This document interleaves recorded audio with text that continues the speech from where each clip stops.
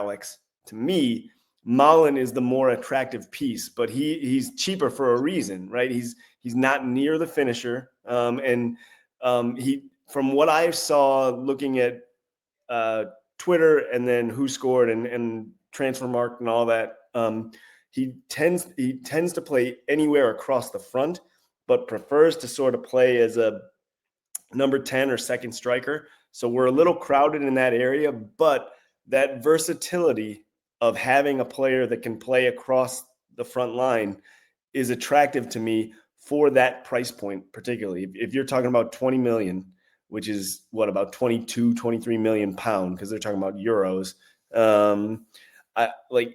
For me, that's the player to buy. What's that? I think it's the other way. The did I flip it? More than so it's the like euro. 18 million pounds. It would be like 18 pounds.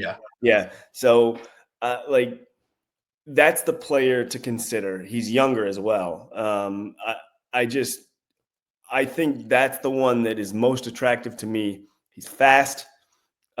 He gives Leon Bailey a push at right wing, and before, when Bailey was pushed, he excelled.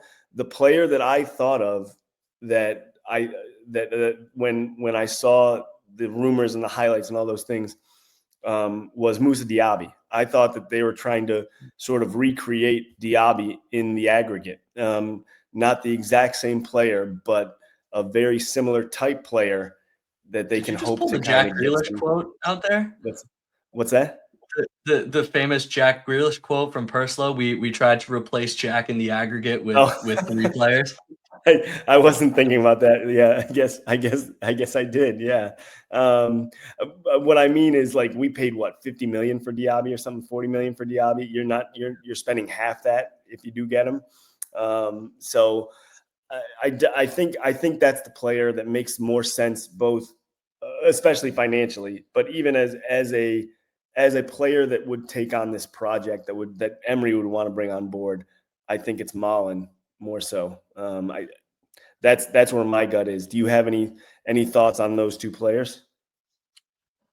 So I'm with you. I think Donyell Malen is the move. I just don't. You said PSG needs the money.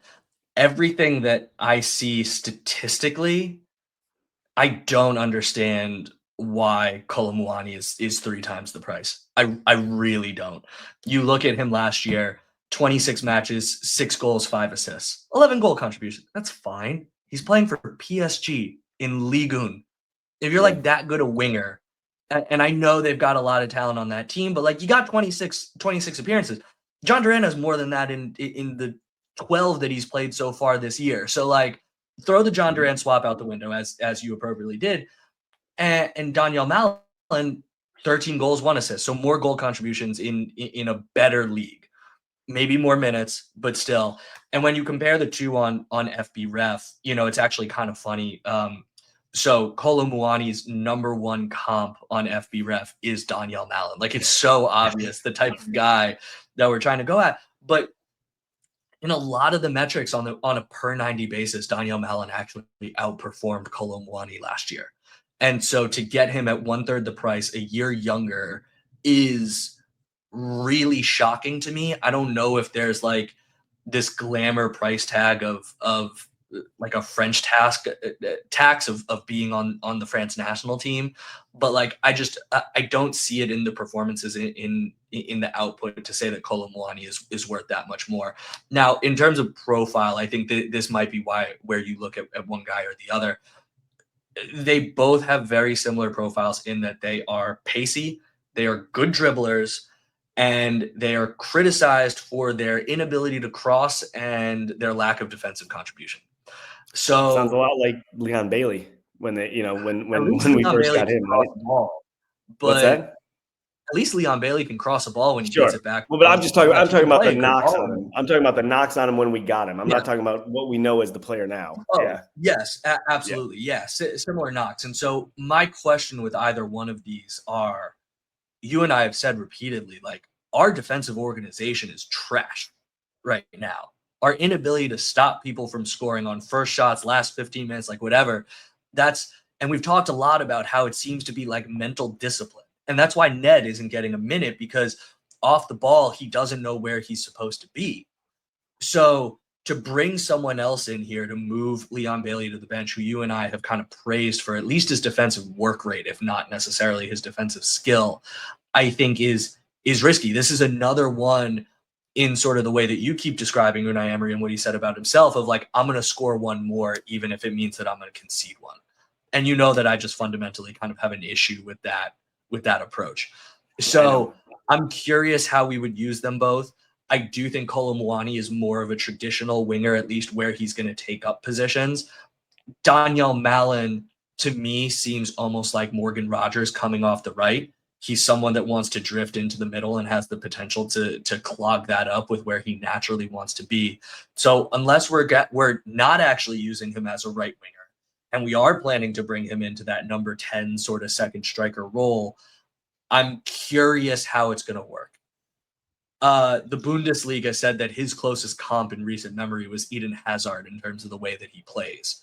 A guy who is very ball dominant, cutting in a lot, decent long shot, could beat a man. And that sounds like a great player to have in your arsenal, and probably not someone that we really have right now outside of Morgan Rogers. But I've got a little bit of skepticism as to the tactical fit, I suppose. Yeah. I mean, I think the only thing, because of all the reports, and so one of the things I talk about a lot is where these reports are coming from. All the reports are that Malen wants to come to the Premier League, is open to coming to Aston Villa. So that is more than likely coming from his camp, right? If they're trying to push a move and they're trying to drive up the price, is what they're trying to do there. So, but I do think that if he wants to come, like, you can look at the success of Leon Bailey last season, and the success, by the way, early of Moussa Diaby last season, as a reference point. But even Leon Bailey, when he's doing his best, he is crossing, obviously, but he's also driving the ball to the end line for that classic Unai Emery pullback goal, where he's setting up somebody coming in from the center, either 9 or 10 or whatever, that's going to score an easy, usually tap-in goal. And with the pace that Malen has, like, that's attractive to me tactically. Whether or not he will do it and execute it, I don't know. But like, the ability certainly is there to dribble the ball and get it to the spot where we know Unai Emery is going to want him to take it to stretch the defense and set up that pullback goal. Because that's Emery's number one threat all the time, right? Is to try and bring that ball as close to the end line as you can, to really stretch that defense out vertically. And I will say Donyell Malen has always been a frequent purchase of mine on FIFA when I'm Nice. playing as Aston Villa. So, that would be fun to see that come true as well. Be a couple years ahead of the game. But yeah, I mean, look, if Unai Emery wants these guys, I'm sure he's got a plan for it. And so I trust him there. Sure. I'm just curious to see what the fit is going to be. But I'm with you. All things being equal, I'm absolutely taking Donyell Malen for 20 instead of Kolo Muani for 60. I don't need to touch that one. If that's the discussion, that's an easy one, easy one. Yeah.